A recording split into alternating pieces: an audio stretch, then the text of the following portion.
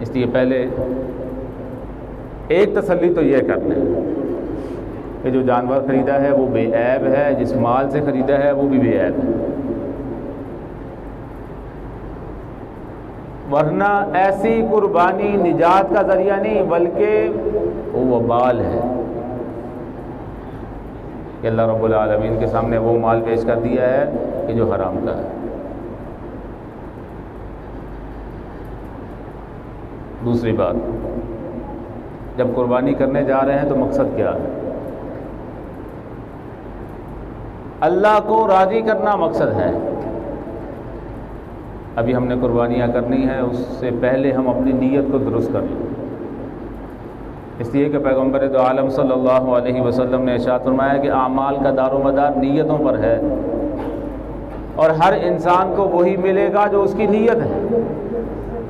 اگر نیت لوگوں کو دکھانا ہے، نیت اللہ کو راضی کرنا ہے، جو نیت ہے وہ ملے۔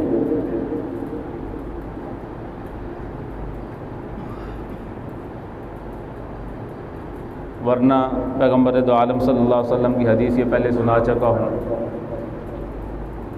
کہ رسول اللہ صلی اللہ علیہ وسلم نے چند لوگوں کا تذکرہ کیا ان کے انجام کے حوالے سے،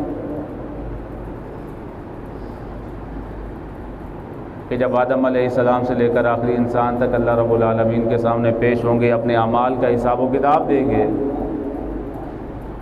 تو سوال یہ ہوگا کہ کیا لے کر آئے ہو؟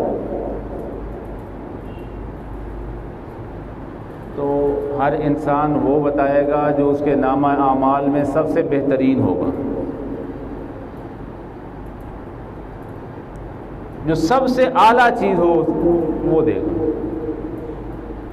کہ میرے نامہ اعمال میں اور بھی چیزیں ہیں، نمازیں بھی ہیں، روزے بھی ہیں،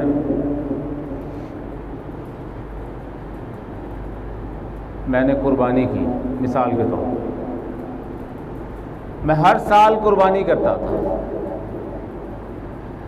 اور قربانی کیا ہے؟ پیغمبر دو عالم صلی اللہ علیہ وسلم نے ارشاد فرمایا کہ قربانی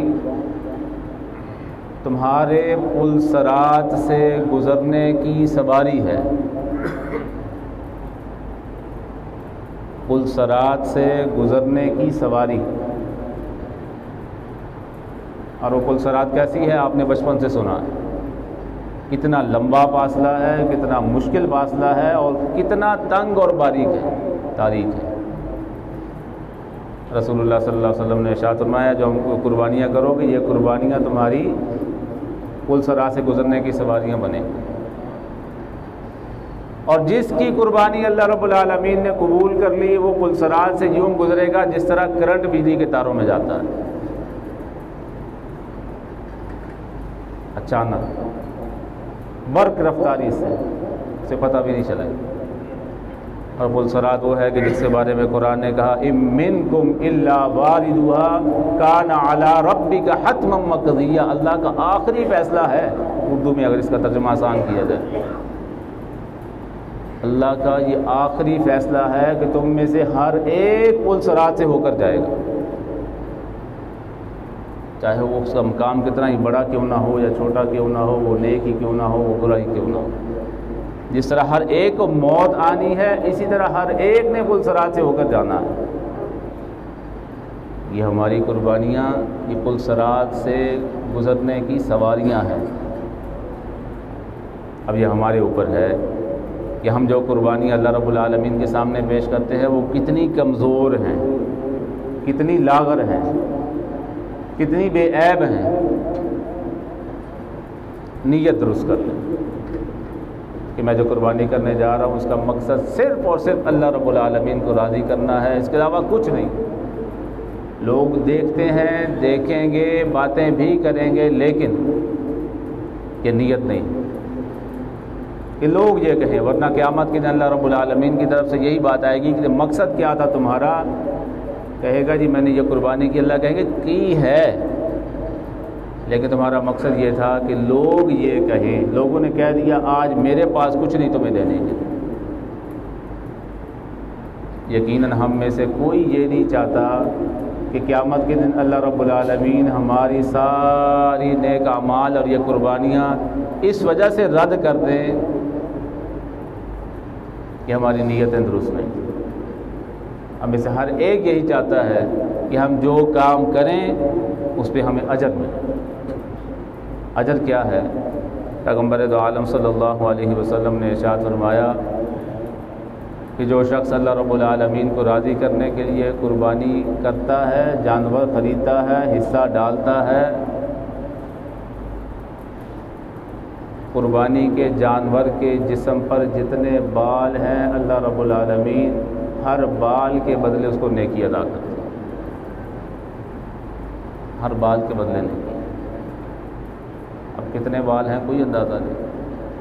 ایک اور حدیث میں پیغمبر دو عالم صلی اللہ علیہ وسلم نے ارشاد فرمایا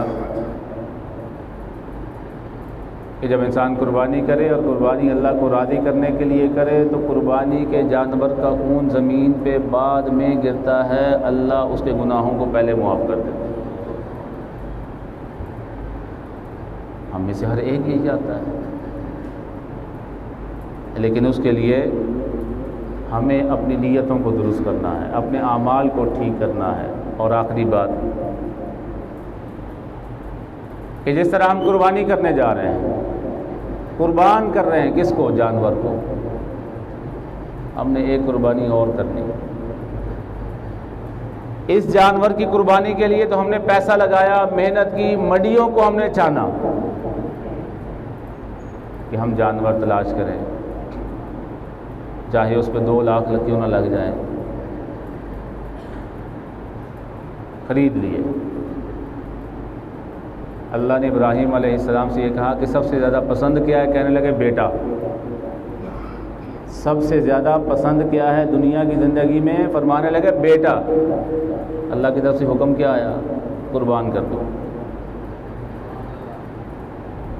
جو سب سے زیادہ پسندیدہ چیز ہے اس کو قربان کرنے کا حکم ہے. جانور تو قربان کر ہی رہے ہیں، کیا ہم اس کام کے لیے بھی تیار ہیں کہ ہم اپنے وجود سے گناہوں کو قربان کر دیں گے؟ کیا یہ ارادہ ہے؟ میں جھوٹ نہیں بولوں گا، میں بددیانتی نہیں کروں گا، میں فراڈ نہیں کروں گا. میں اگر نماز نہیں پڑھتا تو اب سے میں نماز پڑھنا شروع. اب میں قربانی یہ ہے کہ آج سے میں نماز پڑھوں. صرف جانور کی قربانی نہیں، یہ ایک رویہ ہے. اور رویہ کیا ہے؟ اطاعت کا، فرما برداری کا، کہ ہر بات ماننی ہے، چاہے وہ اپنے بیٹے کو قربان کرنا ہی کیوں نہ ہو. اور یہ تو اللہ رب العالمین کا فضل اور احسان ہو گیا کہ جب ابراہیم علیہ السلام تیار ہو گئے، چھری کو تیز کر لیا، بیٹے کو لٹا لیا، آنکھوں پہ پٹی باندھ دی، چھری چلا دی، اللہ نے اس کو قبول کر لیا اور بیٹے کی جگہ جنت سے جانور بھیج دیا. اندازہ کریں کہ اگر اللہ رب العالمین ابراہیم علیہ السلام سے جب حکم دیا وہی قبول کرتے تو آج ہم کیا کرتے؟ ہم تو اپنے نفس کی قربانی دینے کو تیار نہیں ہیں. ہم تو اپنی چھوٹی چھوٹی عادتیں چھوڑنے کو تیار نہیں ہیں. ہم اپنے اولاد کی قربانی کیسے دیتے ہیں؟ اس لیے بے عیب جانور خریدنا ہے ٹھیک ہے، لیکن جس مال سے جانور خریدنا ہے وہ بھی بے عیب ہونا چاہیے، اس سے زیادہ ضروری ہے. اس لیے کہ حرام مال کی عبادت اللہ رب العالمین قبول نہیں کرتے. ایک حدیث میں پیغمبر دو عالم صلی اللہ علیہ وسلم نے ارشاد فرمایا کہ ایک لقمہ حرام کا اگر پیٹ میں چلا جائے 40 دن کی نمازیں قبول نہیں ہوتی، اس کی کوئی دعا قبول نہیں ہوتی. اگر وہ حج پہ چلا جائے اس کا حج قبول نہیں ہوتا.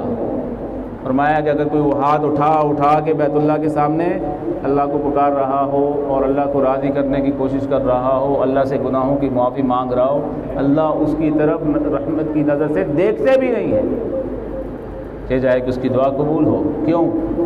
فرمایا اس کا پینا حرام کا، اس کا کھانا حرام کا، اس کا لباس حرام کا. کیسے اللہ رب العالمین اس کی دعا کو قبول کر لیں، اس کے گناہوں کو معاف کر دیں؟ اس لیے یہ عبادات ساری ٹھیک، ان عبادات کی ادائیگی سے پہلے ہم نے اپنے اعمال کا حساب لگانا ہے، اپنے رزق کا، اپنے مال کا حساب لگانا ہے، اور اپنی قربانیوں کو، بے عیب قربانیوں کو اللہ رب العالمین کے سامنے پیش کرنا ہے، تاکہ اللہ رب العالمین ہماری ان قربانیوں کو اپنی بارگاہ میں قبول کر لیں، اس پہ ہمیں اجر اور ثواب عطا کریں، اور ہمارے لیے اس کو نجات کا ذریعہ بنائیں۔